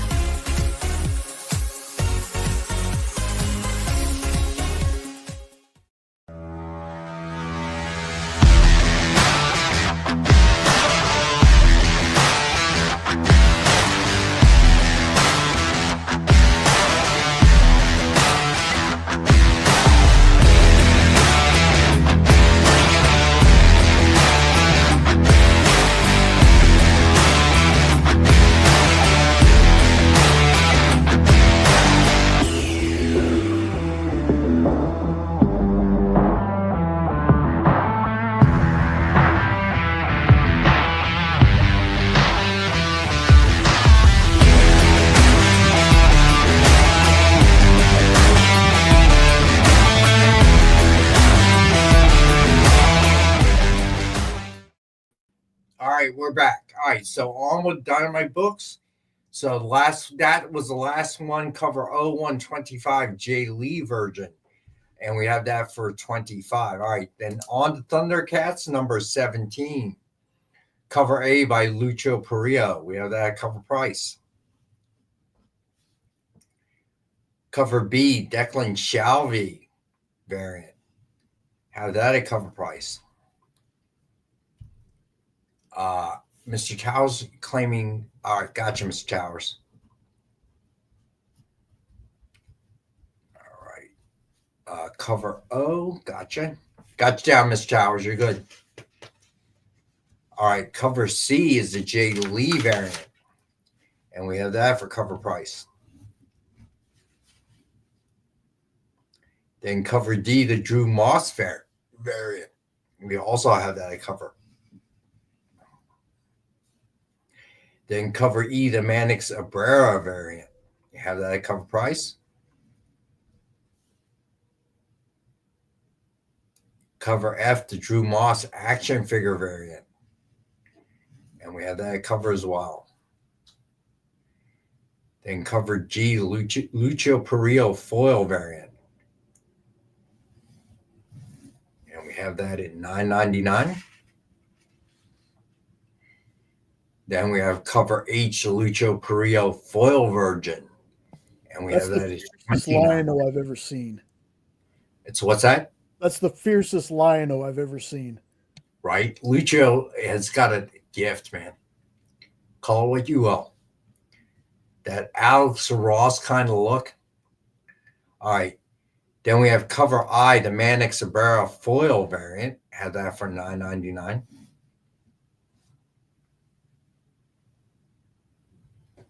Then we have cover J, the Mannix foil virgin. And we had that for $29.99. I've been loving these Mannix Tarot Thundercat covers. They're so cool. All right. Then we have cover L, the Lucio Perillo virgin. And we have that at $50.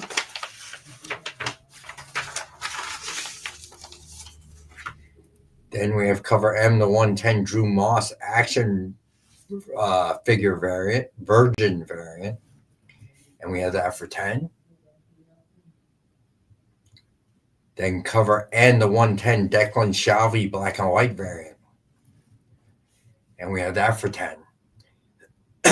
Hey, TJ, what's up, bud? Then we have cover O, the 115 Mannix virgin. And we have that for $15. Then we have cover P, the 115 Drew Moss virgin. And we have that for $15. Then we have cover Q, the 120 J Lee virgin. Have that for $20. Then cover R, the 120 Declan Shalvey virgin. And we have that for $20. Then we have cover S, the Mark Spears variant.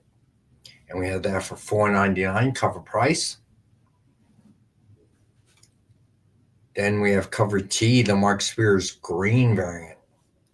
And we have that at cover price.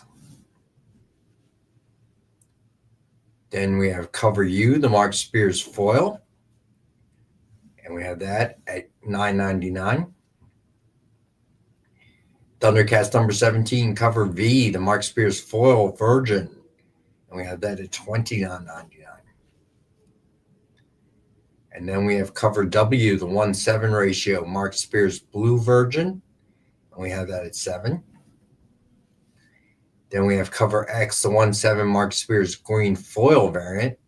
And we have that at $7. Then we have cover Y, the 110 Mark Spears blue foil virgin. And we have that at $10.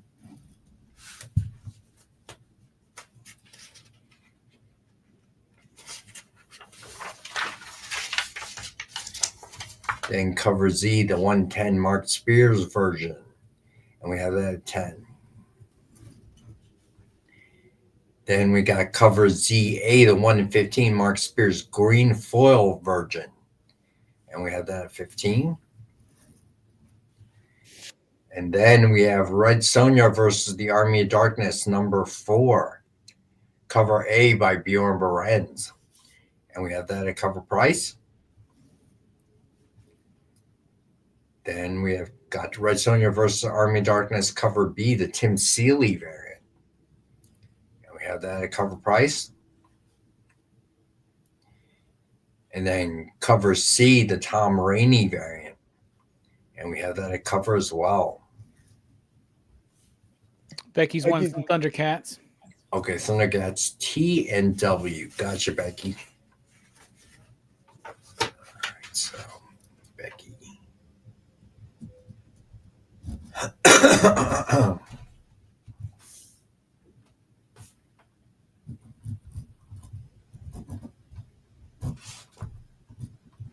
Gotcha, Becky. Q and R. Yes, we can. Jay, you got a handle on that, buddy? There's Q is one. Q and R. Right there. So Q is a 120 J Lee. And we have that for 20. And the R is the Virgin, Declan Shalvey. It's also 120, and we have that for 20 as well. So let me know, Mr. Towers, which one you are interested in. Okay, you'll take both. Gotcha, Mr. Towers. Nice. So Q.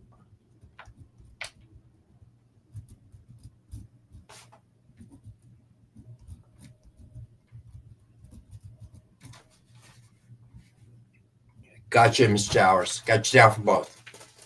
All right, so where did I leave off? All right, here we go. All right, Red Sonja versus the Army of Darkness #4, cover D by Nicole Jelinek. And we have that for cover price.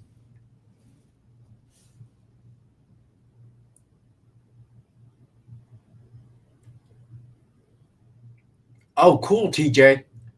Very nice to hear. So there was some controversy. So I want to talk to you about that. But let me get through the Dynamite books. Red Sonja versus Army Darkness #4, cover F, Tom Rainey Virgin. Have that at $50. Cover G, the 110 Tim Seeley black and white variant. And we have that for 10. Then we have cover H, the 110 Nicole Jelinek Virgin. And we have that for 10. Then cover I, the 115 Tim Seeley black and white Virgin. And we have that for 15. Then we have cover J, the 115 Bjorn Beren's Virgin variant. Have that for 15.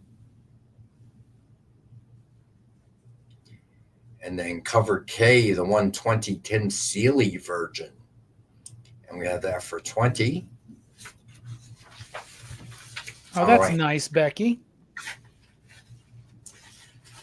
Oh, that is nice, Becky. All right, so let me write that down because I will forget. Okay. For quantity to give away. That is nice, Becky. Thank you. So we have 3 giveaways tonight. The Invisible Red Sonja signed by Ken, and Becky generously donated to the group 2 10-packs to give away, or 2 10-packs to give away. So very generous, greatest group out there.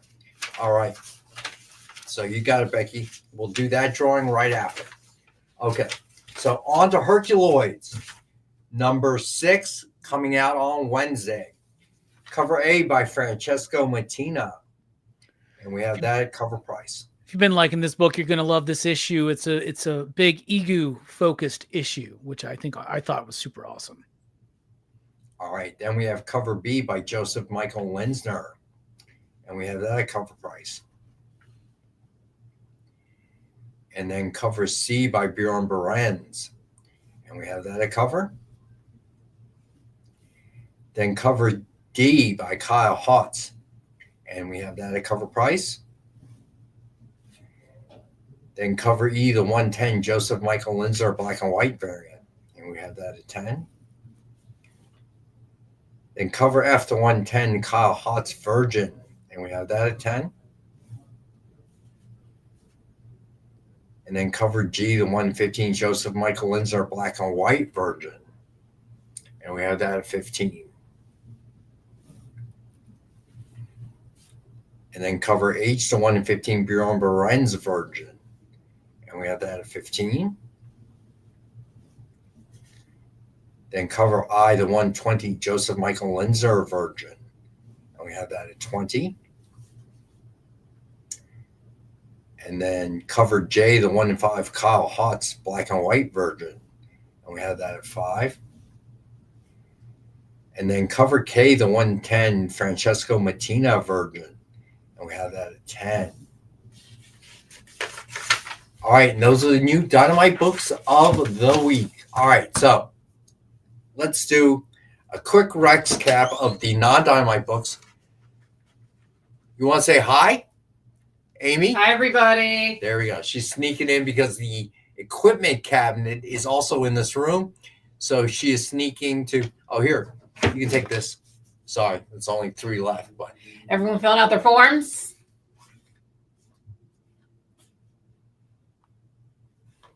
nobody's responding. Crickets. I'm not saying That's anything. disappointing. Herculoids J. So, Hi, Robbie. How are you? Hi, Amy. I'm good. How are you? All right. Busy. gotcha, Becky. All right. So, Yes. Hello to everyone. Hope you're having a great Just night. so- Hope you're liking the video and sharing and filling out your forms. all right, Amy. So I don't forget. So Miguel bought this stack of books at discount price, but they're not on the sheet. I just pulled them and started flashing. Okay. Okay. So I will explain tomorrow, but I Okay. wanted to point it out so Thank you. you know there's Everyone no have a good night. confusion. All right. So Amy got what she needed out of the supply closet, and there you go. Okay. So where are we? All right. So I did want to talk about who was it? TJ told me that I did not see that. I did not hear about the PA team, but they're very cool. But the New Jersey teams have had nothing but controversy, and New Jersey is not a big state. So, Steve, I think it's preparation H, not proposition H you're trying to talk about, my friend. But anyway, so I don't know how many people read about this. Oh, yeah. Let's do that first, my friend. Jay, can you flash that? 7? Picture 7.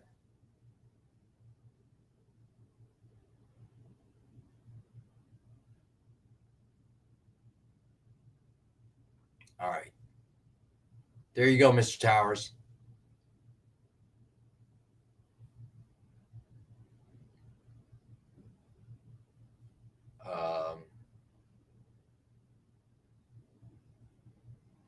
All right. So no unknown. That's not what happened. So there was some controversy a few weeks back. Hey, you know what? Kyle's been pushing me to get super chats and super stickies. Okay. So if we can get $50 in super chats and super stickies, we'll do this David Michael Beck Crimson Trading Card giveaway, gold signature, and let me see something. Wait, what is it now? Crimson, Humberto Ramos Crimson from 2001. All right. If we get $100 in super chats or super stickies, we will give away from 1996, almost 30 years old. And this is in addition to that, a Nicky the Roach card from the Ash Trading Card series. Nice. All right. So where's she? But we got to get to $100 in super chats or super stickies. Wait, but what if we build up to that point? So who gets what? Well, if you build up to that point, I don't know what to tell you. Figure it out. First, let's get there. Thanks, Nick. You can flip a coin then. Thanks, Nick. How about this? Whoever gets us to $50 gets. Yeah, and the Momoa Conan is still awesome. And whoever gets us to 100 gets the Nicky the Roach. Wait, whoever puts us at $50, yes. No. I'm sorry. Yeah, you're right. That doesn't work well. Yeah, that's not really fair. It's just a giveaway. The first person gets the Crimson. The second person gets the Nicky the Roach. All right, just a giveaway? Yeah. But first we got to get to 50 and then 100. Gotcha. So Preston is getting this sorted there. Yep. At 5. Thank you, Preston. All right, we're 10% of the way there for All right, the Crimson. So that's the rule. So if we get to those numbers, 50 and 100, we'll go ahead and use that as a giveaway. Dang. It is playing at the Cherry Hill Mall. I'm sure it is, along with Fantastic Four and Superman. Yeah, but this is a one night only. Well, I hate crowds. And I won't go to, I generally don't go to movie theaters. I may go with my daughter this weekend because she's asking me to go. Okay. All right, but it won't be. We're doing a bad job. We're doing a bad job of selling this. Kyle really wants us poor time in the show to do this. I know. All right, all right. We're up to $9.99. It would be really sad if we only get to $49.99. But doing the discounting work. Our buddy Miguel, pick some more bad shows and movies. Wow, dude, you're not gonna let that one go. He's got no shortage of them, Nick. Yeah. Tune in Wednesday listen, for my critique of more good this will movies. determine whether or not he has some taste. Did you like either Roadhouse? I love the first one. Okay. Second one was He has some taste. The new one, I'm like, the funny thing is Pam watched the new one first, and I said, we're gonna have to watch the original together one day. And she's like, this is the original for me. I saw it first. Swayze was incredible. I don't like what they did to the character. Well, there was one stupid part in that for me. What? In the remake. There plenty of stupid when parts, the MMA fighter shows up and is like throwing shit around and he's just standing there. Like in the original, we've had this conversation. Yeah. In the original, Dalton is standing around because he's letting everybody else do something. Right. But what I liked about he had 2 hours to ask, but chose the last 5 minutes. All right, well, I like the Swayze one because he was intellectual, he was smart. Yeah. I Okay. get that. This one you just turned into. But all I'm saying is that was the one thing that was an unacceptable mistake. Yeah, I guess I agree. Come on, guys, $40.01. And by the way, same era as Total Recall, Yep. RoboCop, the same era movie. So $40.01 to go for the Crimson.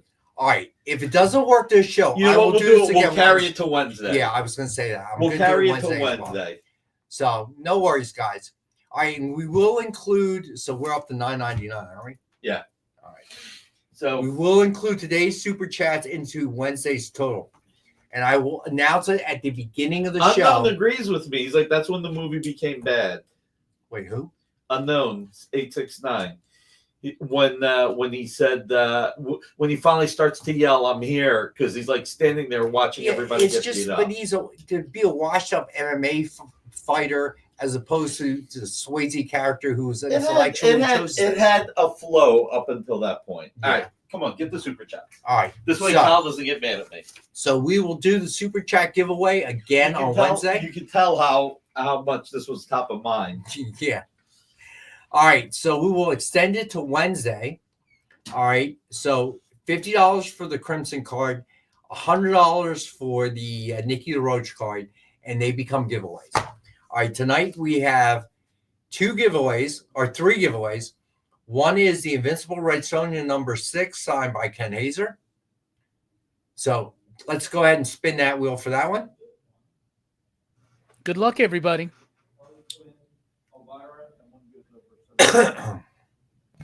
You could tell Jay was not ready for this. Hold on just a second. No, go ahead, Jay. Take your time. You're good. All right, so TJ. So no, it's nothing so horrible, I would say. Shaving razors and shaving cream. All right, let's see who wins, and I'll explain to you, TJ. So there was a team from not too far from here. TJ, congrats, buddy. All right. So let's go ahead and spin the wheel for the second Becky, the one of 2 10 packs that Becky gifted. Hey, Joshua. So here's what happened, TJ. You may have read about it. So a team with Miguel, congrats. Nice. So a team from a well-to-do town in this area of Jersey, like really well-to-do. So he hit a home run and he did a bat flip.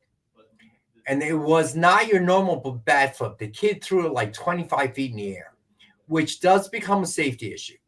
So the umpire, CJ, congrats. So the umpire at first tried to discount the home run. It was decided that they were going to count the home run, but he ejected the kid from the game. Now, the team that hit the home run, they're already winning by like eight runs. So now, from a personal standpoint, the umpire, I think the ejection was a little bit extreme. I think a warning would have sufficed. It should have been a warning first, but give them all blanks. But at the end of the day, the dad ended up taking it to court because in Little League and like softball, if you are ejected from a game, you have to sit the next game out. Okay, no matter what. That is standard with softball, baseball. So that's what happens. So the dad took it to court to have a temporary injunction filled.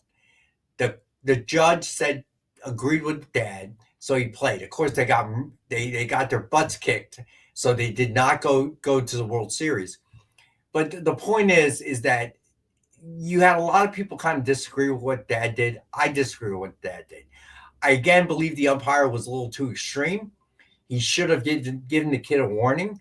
But again, taking it to court, getting a temporary injunction, that's a little too much. That's a little much. Yeah, for sure. That's a little too something, much. Man. And what are you teaching your son? And it's interesting. It comes from a well-to-do town in the state. So I don't know. That was I didn't think very cool. You suck it up. You take the ejection. Okay. You sit out the next game. Okay.